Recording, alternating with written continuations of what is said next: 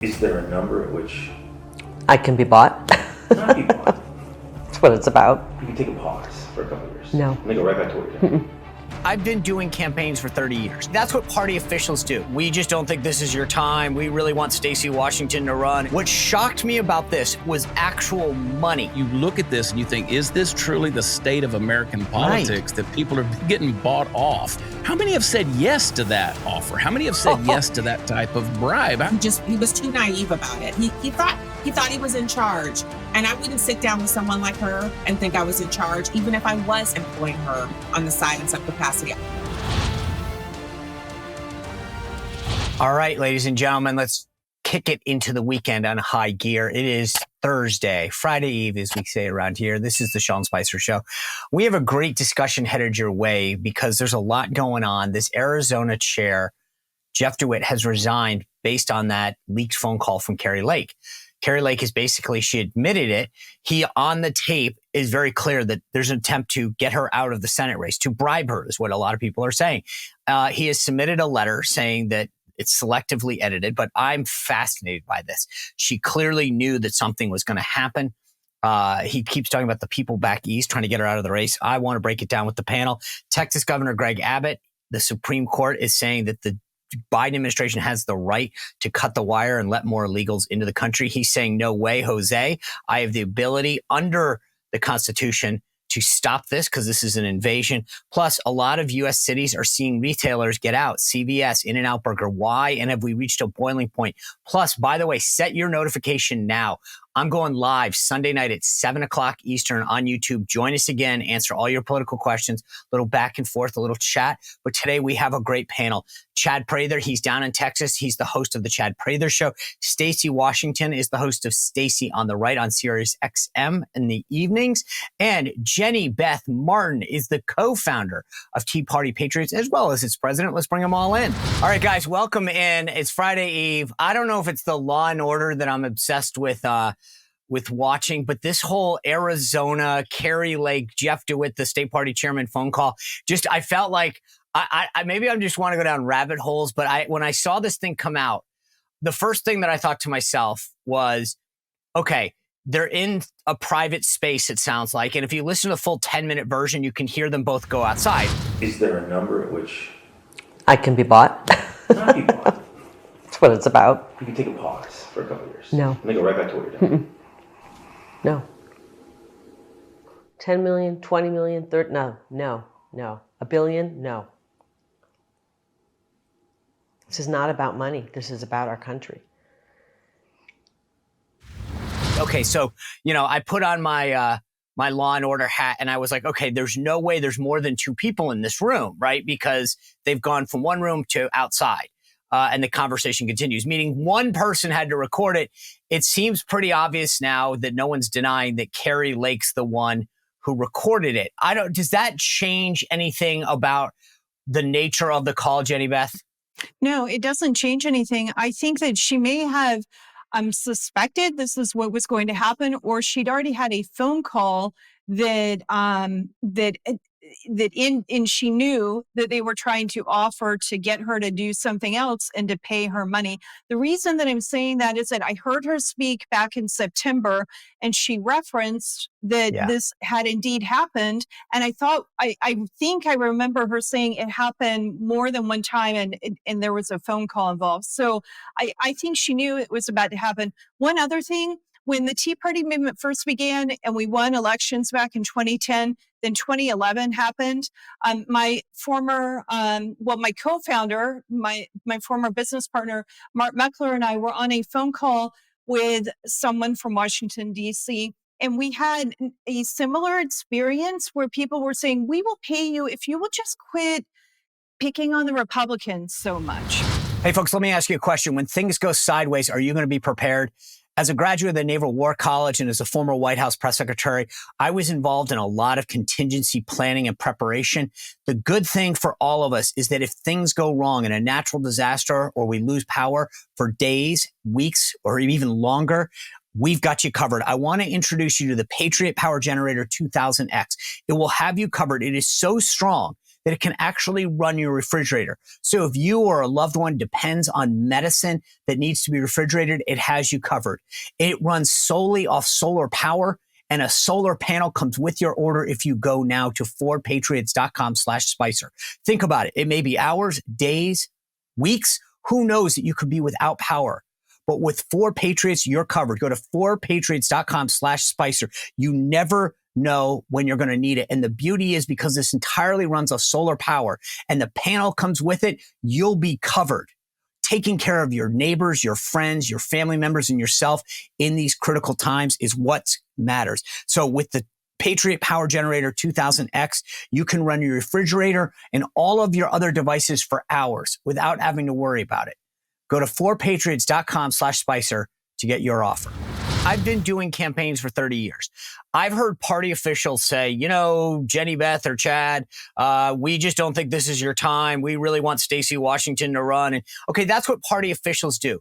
What shocked me about this was actual money.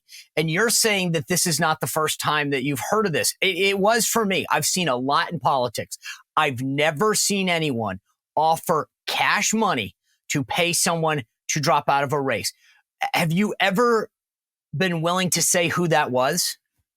No, I'm not going to repeat who it was, but it happened. I wasn't running for office. And I get it, but I mean, someone's willing to pay you to stop, right? They wanted to give you money. And we didn't do it. And I mean, we were both just like, I think we were in different locations. I remember I was at my house. It's vivid. It's crystal clear in my mind where I was standing. And I was texting him or Google chatting him as the conversation was going on, going, did they just do that? Did that really just happen? And we said no and kept doing what we were doing. And we were being targeted by the IRS at the time. So it's not like we were bringing in boatloads of money. And we just, it was not something that we did, but it doesn't surprise me. And she very specifically at the event I heard her speak at in September said that this had happened. And she's like, I was a broadcaster. I walked away from that. I had a very lucrative career. I'm not in this for the money. Right. So it's not the first time I heard it about her, so I wasn't shocked, but it's disgusting that it happened. I would imagine you do remember where you are when someone tries to bribe you, so I understand that you remember that. Chad, the thing that was so interesting to me, though, was when I first heard it and I hadn't done all of my Law and Order analysis, I kept thinking the first thing off the bat was, wow, Kari Lake's responses are like spot on, right? She kept being like, Jeff, I'm going to fight for America and the principles of our country and continue to support the America. And I was like, holy smoke. And then I realized, wait a second, she's the one doing the recording. So her half has to be taken at least, I think, with a grain of salt, that if you're the one that's doing the recording, you're not going to say anything stupid, right? Yeah. And I've oftentimes, I've told Kari personally, I said, you may be the most polished politician in America right now. I mean, she is so structured in the way that she does everything, her responses, the way that she, frames her rhetoric. I think it does lend itself to what you said, if you're the one doing the recording. But the interesting thing of this nefarious, just insidious thing, you look at this and you think, is this truly the state of American politics, that people are getting bought off? Because you have to wonder if this comes out and we hear this, and this obviously seems to be true. Now we know that he has offered a resignation letter. How many have said yes to that offer? How many have said yes to that type of bribe? I mean, if truly, well, actually, there's asking yourself, isn't there a bigger question, which is why isn't anyone offering me money not to run? I mean, I would like to be bribed. Can someone please bribe me? Sean, you and I are in the same boat. Neither of us are important enough for cash, okay? But I asked myself when I saw this, I thought, this is like trying to figure out, I wonder how many times Joe Biden has fallen down in private that we don't know about. There's more of this going on than what we know about in this situation. And it's just gross. We know money changes hands when it comes to running a candidate or pushing a certain agenda or a cause or something like that. But this is a sad state of affairs. Oh, I agree. And I think your point, like, I think I've been at some pretty high levels of politics over the last 30 years. And I was blown away by this. Stacy, you talk to people every night. I mean, you're on the radio. Your conversations are public for a good chunk of what you do for a living at SiriusXM. But I thought to myself, like, I got to be honest, like, after the whole Omarosa thing in the White House, like, I am a much more guarded person. And it's a sad state of being. And Jeff Dewit, in this letter that he wrote, says that, he assumed that they were friends. There was no bad blood. He says this is just a betrayal of trust, but also a violation of the fiduciary responsibilities of an employee, because apparently he was actually employing her through his private company. And I just think to myself, God, I don't want to have to live my life thinking that every conversation that I have privately with, hey, when I call Stacy Washington or Chad Prather or after the show to say, hey guys, what do you think? Or hey, Jenny, Beth, that like you're on the other end recording it. I mean, because maybe I say something stupid, maybe I say something really funny that's taken out of context, which tends to happen. But I was like, this is not the way to live. It isn't. But I think for Kari Lake, after what she's been through in Arizona and what she's been through nationally with all of the media attention that has mostly been negative, they have really vilified her and turned her into a caricature of herself. She is on a path that maybe, Sean Spicer, and you've been there too. I mean, let's face it, when you were press secretary, you weren't on SNL as the guest host. They were there to mock you, right? What? They've taken you through the ringer. I'll it's have to look crazy. this up. I'm going to Google that. I know. I think it's crazy, but I think when we're talking about what's going on with Kari Lake, she's in warrior mode.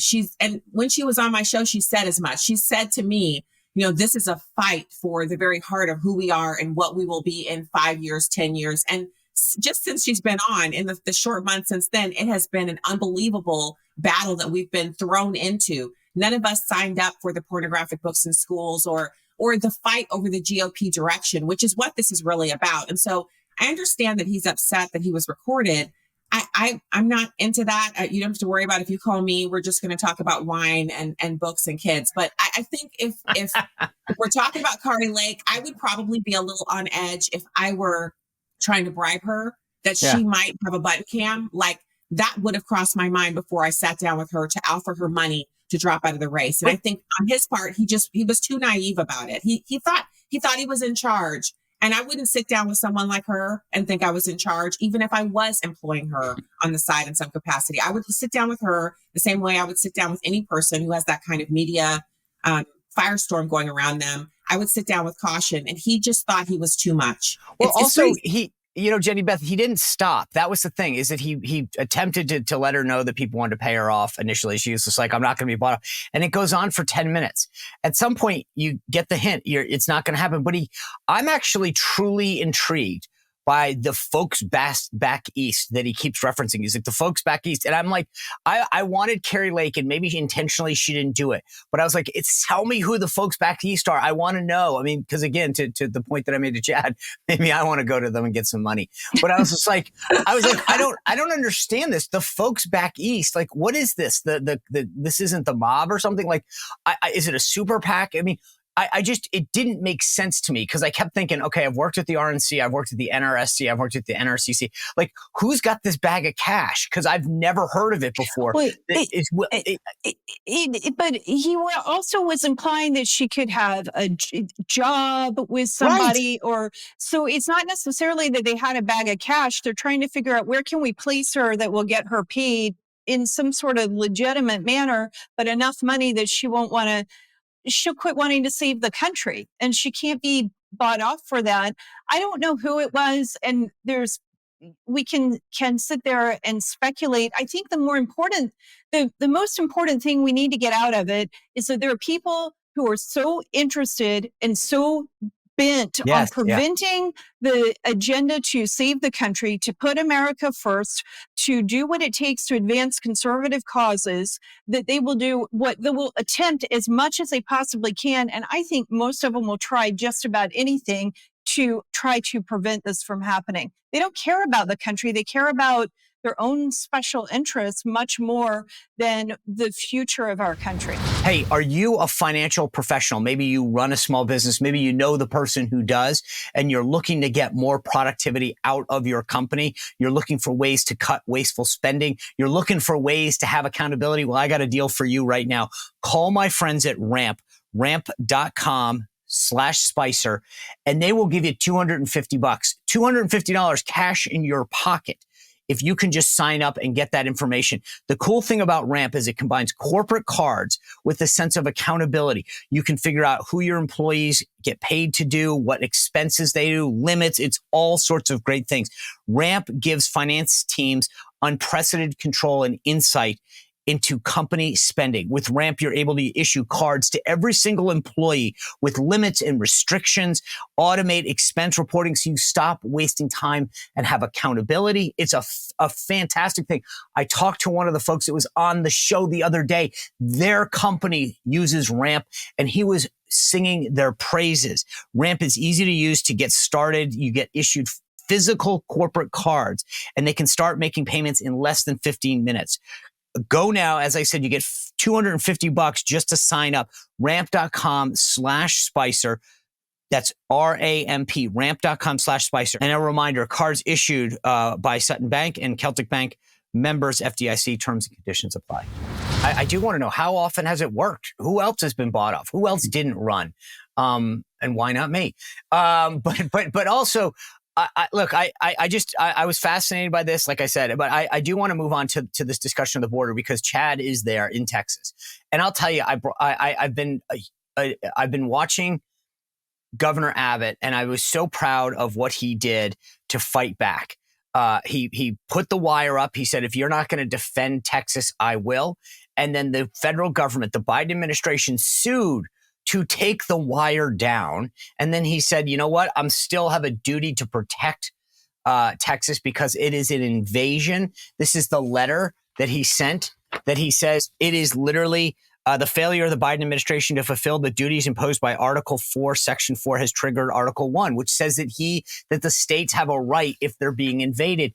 Chad, let me just ask you, as the guy in Texas right now, what is the reaction of Texans to what Governor Abbott is doing? I think there's a lot of solidarity, Sean. I think there's a lot of folks that are finally fired up that Greg Abbott is doing something and not just saying something. Listen, Greg Abbott, and he and I have traded barbs and crossed swords in the past. He is the consummate politician. He's very polished. He knows how to raise money. He knows how to get elected. He is probably the most powerful governor that the state of Texas has ever known, just based on his unilateral decisions he's made since he's been in office for 3 terms now. But the biggest complaint in Texas has been he says it when it's campaign season, but he never does it. I mean, you can see his border rhetoric going way, way back. But the fact that he's taking action now, and we're highly encouraged. I know that there's those of us who are excited to see Governor Stitt in Oklahoma and in Virginia and Florida showing solidarity Georgia with the state of Texas, offering manpower as well as resources. Because this is a crisis on many levels, but I think as a nation, what we're seeing, particularly in Texas, Texas, people talk about Texas seceding and they talk about the Texit bill and Texas having been a republic. The heart of true Texans right now feel like the federal government has seceded itself from us. They are literally allowing an invasion. The vice president maybe has spent an hour on a layover in El Paso. Joe Biden doesn't know what state he's in at any given time. So they have no clue about the border. And we've seen that Mayorkas is going to just give us up. And listen, we can't help but believe we've been abandoned because the federal government truly does want Texas to fall. It wants it to fall because we are a major cog in their plan. So I think we're excited in some respects. We're fearful in others, but we're in all things proud that Governor Abbott has chosen to do this. And it's a powerful tactic. Stacy, as I said, you're on the radio every night. I feel like for the first time, Republicans have an issue that unites well beyond the party base. This is something that independent suburban moms who are feeling the effects of fentanyl come into their community, people who are scared, rightly so, that terrorists are entering the country, can all unite by. I always feel with the Republican Party, sometimes we snatch victory from the hands of like we're like, okay, let's move on. This is the first time where I feel like let's all unite and fight to win. Yeah. And I think Governor Abbott has issued the rallying cry because he has to. And I've been waiting for this moment.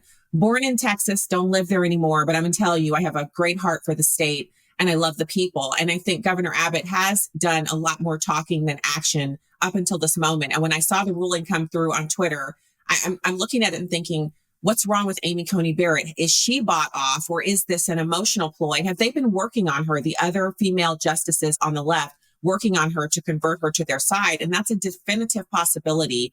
And so I'm looking at this and I frankly was afraid because I thought without a deterrent at all, the numbers will increase every single month. We're talking about 8.5 million people here. And that does not include the gotaways because that's just an estimate of how many of those people have come in. Terrorists, people from third world countries, mostly military age men. It has been a nonsense fest and it's intentional. But your point, Sean, is well made. On this issue, there is no Democrat or Republican. There is only moms and dads and your kids getting kicked out of their high school so migrants can live there. Your grandparents being kicked out of a state-run old folks home because migrants need to live there. Every part of your life being impacted by people who shouldn't be here and are demanding services that are reserved or should be for citizens. So absolutely, this is the issue that Ronna McDaniel and every person, I know Scott Presler is getting out the vote. So many people who are working hard on our behalf, including yourself, including everybody on this panel, we have to keep this as our number one issue because it's the one issue you can't say, oh, you're a racist, or Stacy, you hate brown people because you want immigrants to go back home. I want to see the flights not into the interior of the country. I want to see governors giving these people an option to fly back to their country of origin or no more services. That's what they should tell them right at the bat. I know you have a new puffer jacket and a $900 stroller, but that's the last American taxpayer dollar you'll get unless you take a flight back to your home country. And these people will fly home. They absolutely would do it. So that's what I'd like. Yeah. I mean, Amy, I mean, Jenny Beth, let me get back to this issue because this is all on the backdrop of House Republicans going after Alejandro Mayorkas and trying to impeach him. You've been very outspoken on this. Do you think that where does that fit into this, right? In other words, is this a good time to do this and double down and get, we dunk on Alejandro Mayorkas because it amplifies the problem and the issue, or do we sort of let this Abbott thing be the focus for right now? And I'm not saying we don't impeach Mayorkas, but the question is it better to do two things at once, or is it better to focus on what's happening in Texas, the actions of Abbott, and then go, okay, let's push this thing to the right, maybe a week, and then go after Mayorkas? I haven't thought about changing the timing of it, but the House is out this week, so they won't be doing anything on Mayorkas until next week, at least. And it seems like the American people have the attention span of a tweet, like a second or two, and then they're ready to move on to the next thing. So I think we just need to keep. The most important thing is that we keep showing the problems because the border has been insecure, and not even just insecure, but wide open. We truly are being invaded. Governor Abbott is right about that. Alejandro Mayorkas told Congress that he had operational control of the border. That is actually a legal term. He does not have operational control over the border. He doesn't have if you consider open borders control, he has that, but he has no control over the border. It's obvious. In the past week, we've seen tweets from people who've entered the country who have said, you don't know who I am. You should know who I am. You'll know who I am soon. Yeah. And then we follow up with that and we see that this looks like a man who's already been in prison because he was plotting terrorist plots. And now he's in the country and we don't even know where he is. There's a video right now that James O'Keefe highlighted last night or this morning from a citizen journalist who has taken the entire trek going all the way from South and Central America, all the way up through the border, going through the jungle, going on the train. It is shocking what all is happening and how many non-government agencies and the UN are involved in helping the cartels do this. People are harmed, they're raped, some of the people die, some of the people encounter additional violent crime on the way here. Then they get here, they get through the border. I right now, this year and last year, Arizona is very important. So I'm in and out of Phoenix quite a bit. Every time I'm at that airport, I see people walking around. They have their phone, a cord for the phone, and they have papers and a Ziploc bag, and that is all they are traveling with. Those people are not American citizens. They are not normal foreign travelers moving through to tour our country or businessmen. These are people who just got over the border, and they're going all over the country. Every state, every county is a border county and a border state. What Governor Abbott is doing is trying to help every single place in the country because he's trying to stop the flow. Mayorkas should be doing that. He has not done it, and I think it is worth impeaching him over it. And one more very quick thing. Yeah. The National Voter Registration Act does not require people when they register to vote to prove citizenship. So many of these people may wind up voting. And in the state of Arizona, if you don't prove citizenship, you are given a federal only ballot so you can vote in federal races. We have to fix that, and we need Congress to act on that immediately. Only citizens should be voting to determine who is the next president of this country, and the same for the United States Senate and Congress. Yeah, if I can make one point on that before I want to get to Chad and what's going on in Washington, but I feel like the media likes to say, well, there's no examples of this because we can't. And I think that to your point, there needs to be people who document this. Here is this person. Here is them not, as a citizen, and here's them voting, because the media wants to pretend that this doesn't exist. And I think you're on to something. But Chad, we talked about Governor Abbott and what he's doing to protect Texas, frankly, the United States. But there's a lot of talk, especially in the last 24 hours, about what's going on in Washington. One, the general bill that Senator Langford in Oklahoma has been working on, and whether or not that's effective at all. But then yesterday, there was this idea that Mitch McConnell apparently floated at a Senate Republican lunch saying, well, let's separate the Ukraine aid from this because we need to keep it basically, I'm paraphrasing, but basically saying, hey, we need to keep this as a political issue because Trump wants it as a political issue. And of course, now the cynics are saying, see, the Republicans actually don't want to solve this. All right, folks, I got a question. Are we all being lied to? Because you think about this, big banks and Wall Street, they all want us to put our money into an IRA or a 401k. The question is there a better way? Are we risking our lives in like a Wall Street casino to secure our investments for the future? Studies show the average American who follows the advice will actually outlive their savings by 10 years. So the question is, are you getting what you need? A man who invented the 401k says it's actually a failed experiment that should be destroyed. So think about this. You can have guaranteed predictable growth and retirement income if you go to Bank on Yourself. bankonyourself.com/Spicer. Your plan goes forward. No matter what, if the market tumbles, you still make out. You have your principal and your growth are locked in. It's tax-free retirement income. You'll know what your tax rate will be in retirement. 0 under current tax law, which protects you from the coming tax tsunami. You're in control. You get access to your money for any purpose. No questions asked. That's not how it works with an IRA or a 401k, right? Bank on Yourself, totally different model here. You get peace of mind. You know the minimum guaranteed value of your retirement savings on the day that you plan to tap into and at every point along the way. So if you want guaranteed, predictable annual growth and control of your money and tax-free retirement income, go to bankonyourself.com/Spicer, bankonyourself.com/Spicer, and they're going to send you a free report that tells you about all of these opportunities. bankonyourself.com/Spicer. Let's shift from Texas to Washington. Do you think that there's actually an effort, a serious effort in any way to solve this or address this issue? No. Yeah. No, this is a Democrat and a Republican problem. This is a permanent Washington problem. They love this. Listen, Republicans can fundraise off of this. They could do a lot when it comes to these elections that are coming up. When it comes to this, an open border, I don't care what their rhetoric is, actually lends itself in a convenient way positively towards all of their efforts. I hate to say that, but listen, when you deal with permanent Washington, whether they have an R or a D by their name, I don't think that there's any trust whatsoever on the part of the average American person these days, particularly if they have a conservative bent. So no, I don't think that border funding needs to come along with more funding for Ukraine. Obviously, that's a problem. Senator Ted Cruz came out, I think it was yesterday, and said, listen, we'd love to read the bill. They won't let us. And that's a sure sign that there's something nefarious inside of it that they don't want us to see. But, listen, if Joe Biden and this administration wanted to close the border, they could close the border. The border is closed. I mean, the border can be closed, as simple as saying we're closed. Right. We're we're stopping this. We're not letting you come across. It's I've seen it where we've had certain ebbs and flows when the traffic got a little heavy. There were certain things that were going on.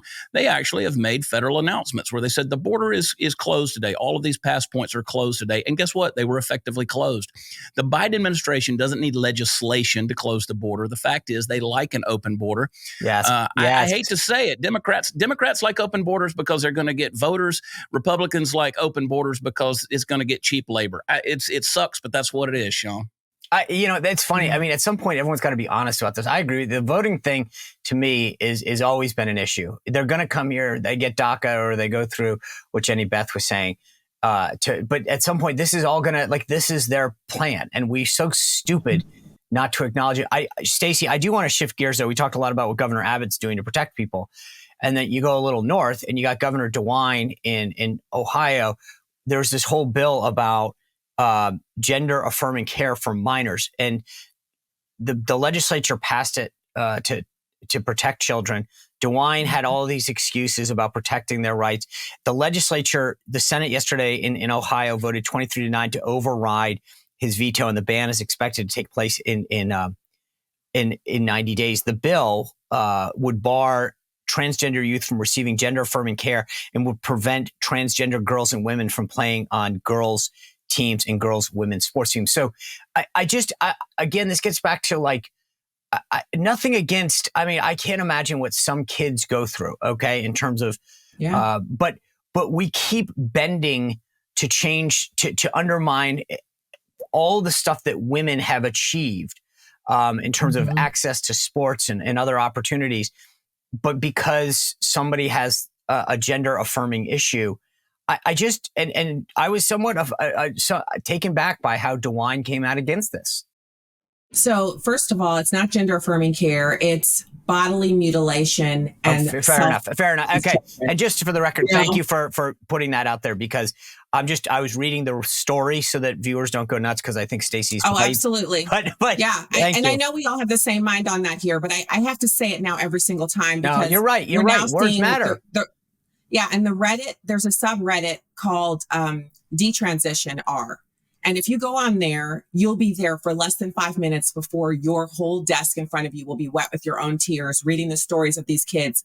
They've transitioned and they want to kill themselves, but they admit that they will not kill themselves because their parents helped them transition. And they're so worried that if they kill themselves, their parents will end up killing themselves and their siblings will be orphans, that they just live with their bodies, what they've been butchered. And so I tell you, what he did was he yielded to those forces out there that tell him he can't get reelected, or he can't be at cocktail parties, or he's going to be a pariah and he's going to be mocked on television for signing this legislation. But the reality is, people are being indoctrinated. They're being convinced that they have to do this for kids or kids will commit suicide. But the data that's coming out of Europe shows that you have a higher rate of suicide after gender affirming care than you do before, and that these people are now suing their doctors. And so Europe has rolled back gender affirming care, and we're still heading like a freight train off a cliff into butchering the bodies of children. And so I tell you, Sean, as a mom of 3, and as everybody's mom on the radio from 9 to midnight, I'm telling you, this is wrong.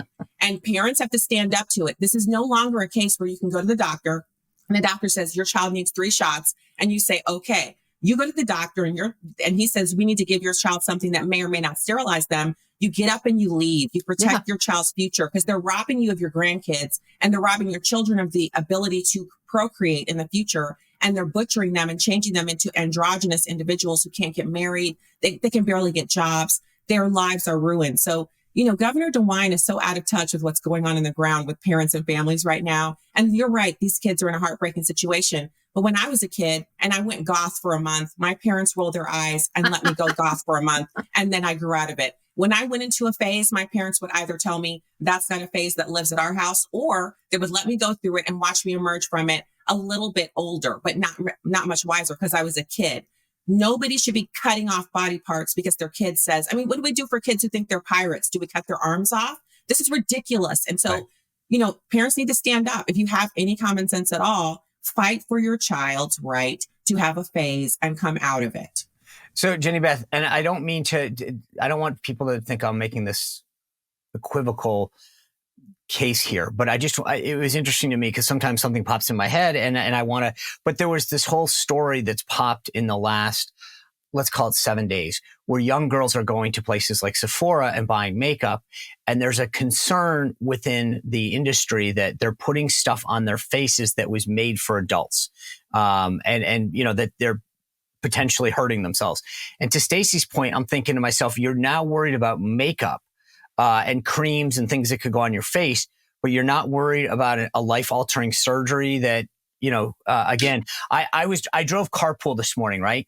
And one of the things that I asked the kids is I always find something to talk about that day. Sometimes, what are you doing this weekend? Blah, blah, whatever. And today I said, what do y'all want to be when you grow up?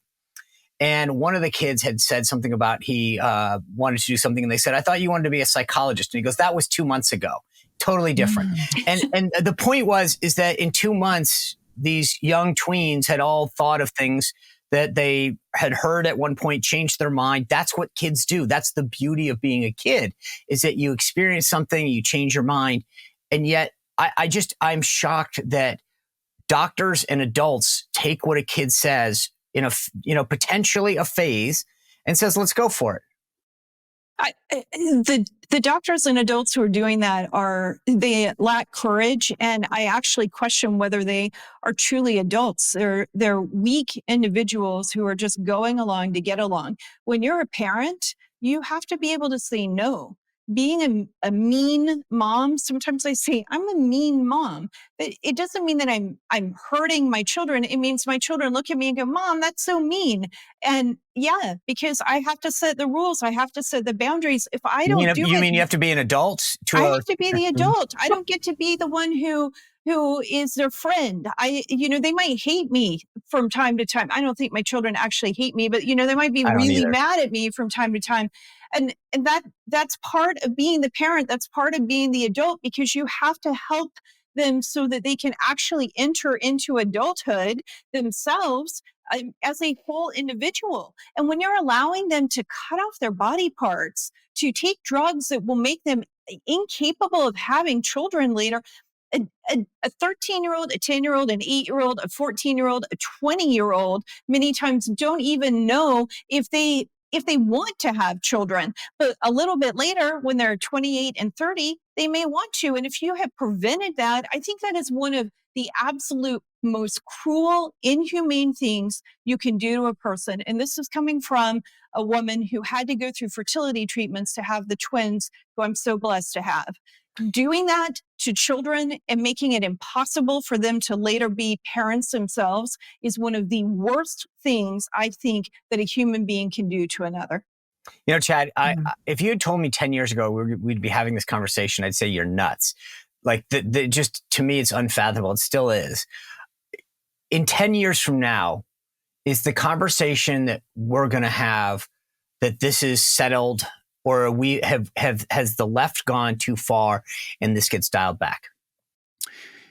Man, I hope so. But I don't know. I'm awfully cynical when it comes to the idea of that suddenly becoming taboo and people's eyes being opened. I think there's going to have to be, as Stacy said, enough of those tragic testimonies that people see and they're tossed in front of their eyes, so that people say, what in God's name have we done to a generation?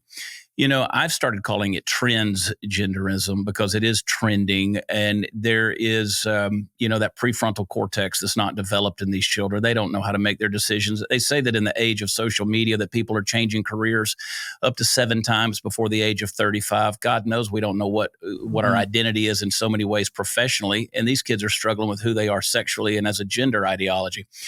But again, to your point, Sean, I know there's people out there, this subset, this statistically non-existent demographic who is truly dealing with this dysphoria. That is a sad situation. And those on social media would come at us and say, well, if you knew someone who was dealing with this, well, we all know someone who's dealing with something of this type of nature. We've heard the stories, and it's sad. But, and we're dealing with this on my show tomorrow, this soft parenting, these styles of soft parenting that's taking over a generation, because it's up to the parent. Yeah. The role of the parent, the God-given role is to teach a child where you come from, who you are, where you're going, and ultimately what you're going to leave behind. We're destroying their identity, and in so doing, destroying a culture but we're also destroying human beings and their identities completely. Yeah, I think that's the thing, is that we keep forgetting. I have this conversation with parents all the time where they act like they don't have a role. They'll be like, I just can't believe the social. And I'm like, well, do you monitor it? Do you look at it? Do you have a conversation? They're like, well, and I'm like, I'm sorry. At some point, you have to be the one that teaches the kid right and wrong. No, you're not going to watch that movie. I mean, I to Jenny Beth's point, I mean, maybe I'm the bad guy here and there, but my kids ask sometimes, my son in particular, can I watch this movie? And I'll look it up, I'll research it, and I'll say, I'm sorry, it's not appropriate for your age. And he'll get mad and say, but everyone else watched it. I was like, great. That's for their parents to decide. I don't think it's appropriate. Or their parents actually don't know that they're searching it or whatever. But, I have certain parental controls over what they can see and what they can't. And I just think that parents seem to forget in a lot of cases these days that they have a role and that it's not, the kid is not in charge. I want to touch base on something else though, that it's sort of the last couple of days has been really interesting, Stacy. Yesterday I got up, and I know if you're not in the DC area, you probably don't care about this, but there's this CVS in this upper northwest corner of DC. I don't live in DC, but it's a fairly prominent area. And they're closing the CVS, and they showed, the shelves. They were empty and bare. They talked about how often it had gotten robbed. They were interviewing some of the residents who are all, upset that the CVS was going to close. And then this morning, there's an op-ed in the Wall Street Journal, why In-N-Out Burger is out of Oakland. So I posted it to Twitter if anyone wants to see it. But the COO of In-N-Out Burger, and apparently Oakland is a pretty good location for them, says, despite taking repeated steps to create safer conditions, our customers and associates are regularly victimized by car break-ins, property damage, theft, and armed robbery. And I kept thinking to myself, okay, you have the CVS thing here. You've got In-N-Out Burger out in Oakland, California. And these aren't isolated things. You're talking about stores all over the country in these cities. Mm-hmm. But when they do these interviews, I'm amazed. It's like somehow, gosh, how did this happen? You defunded the police. You ridiculed the police. You told the police not to do anything. And because one of the people they were interviewing was this guy who was just like the security guard just stands there. And I'm like, yeah, of course he does. Like, what do you want the security guard to do? Go after them so that the police come and then they don't do anything and that they don't arrest the guy? But what is like, this is Democrat leftist policies coming to fruition. It's not hard to see, and no one wants to have that conversation. It's just like, oh my gosh, I can't believe the store's closing. This is because of them. Their policies, they did it. And the worst part about it is like you have the mayor's office being like, we're going to have a task force. I don't need a task force. You guys decriminalized all this stuff. You gave an open, it's like the border. You might as well have put a sign that said, come in, steal our stuff. Yeah, the laws have been adjusted to favor the criminal, and they have almost a catch and release. It's like a border policy for criminals. They catch them. The police go out and catch them in committing a crime. They submit the evidence, and before that's even considered, they're given the ability to leave with no cash bail. And so these are all policies that have been implemented at the behest of George Soros, who is a civilizational destroyer. And it's societal change. It's the normalization of lawlessness, and it's the proliferation of the idea that if you see someone doing something wrong, you had damn well better not do anything about it. Because look at Daniel Penny in New York being prosecuted for killing a man who had literally victimized 40 or 50 people and was on his way to victimizing a group more when Daniel Penny took him down. It wasn't intentional that he killed him, but the fact that he did, Daniel Penny has to be taught a lesson, because you don't want people on the subway to step in and save little old women and grannies and young Chinese women who are being victimized at a rate of dozens a day. You don't want people to feel empowered. They've already taken away their guns. Now take away their right to gather in groups and defend themselves from crazy people. And by the way, look at all the crazy people. So this is intentional. This is just like the border. And I'll say this, if we just had real men anymore, if we had 1 million more Daniel Pennies, and they're there, but they care about their wives and their kids and their jobs, and so they're not going to do anything. These people are very effective at destroying the best place on earth to be a woman, to be Black, to be Asian, to be short, to be poor, to be dumb, to be a maniac, to have mental illness, the best place on earth to do anything. And they're destroying it. They're taking away our right to self-defense. And we really, the only way this works is if we take it back. If groups of people stop people from strolling out of the store with $900 worth of beer or alcohol or liquor, We have to get together as a society and decide that George Soros can't run this country anymore because he's running it into the ground. Yeah, Jenny Beth, real quick. It's funny. I was looking for this tweet or this comment last night that Tim Scott made. He said the Democrats prefer the issue than the solution. I just, no one, people keep looking at like the demise of cities. I got 30 seconds left. I'll ask you the same quick question I asked Chad on the last subject. Does this come back in our direction, or are we here for good? No, I don't think that we're here for good. It's a society, there's always a swing in the pendulum, and people who live in those areas are still going to live there even when CVS is gone, even when In-N-Out Burger is gone. And at some point, they are going to stand up and say, absolutely not, we cannot continue this. It may take longer, but we won't survive if it continues, and I believe that America will survive. I hope it survives. Chad, I appreciate you being with us. Jenny Beth, Stacy, thank you all. Thanks all for tuning in. By the way, as a reminder, I mentioned at the top of the show, we're doing another live event, 7 p.m. on YouTube, Sunday night. Tune in there. Before I forget to remind you, tomorrow, Tomi Lahren will be joining us tomorrow to break down where the race for president stands and so much more. Her meteoric rise in independent media and what that means and what her advice is for young women and young people who are trying to get in the game. Continue to subscribe, hit that notification button, go to Apple, Spotify, YouTube, Rumble, and anywhere else that you can think of. I appreciate you being with us. We'll see you back here tomorrow on The Sean Spicer Show. Well, if you enjoyed this content, make sure to like this video, subscribe, and click the notification bell to get more.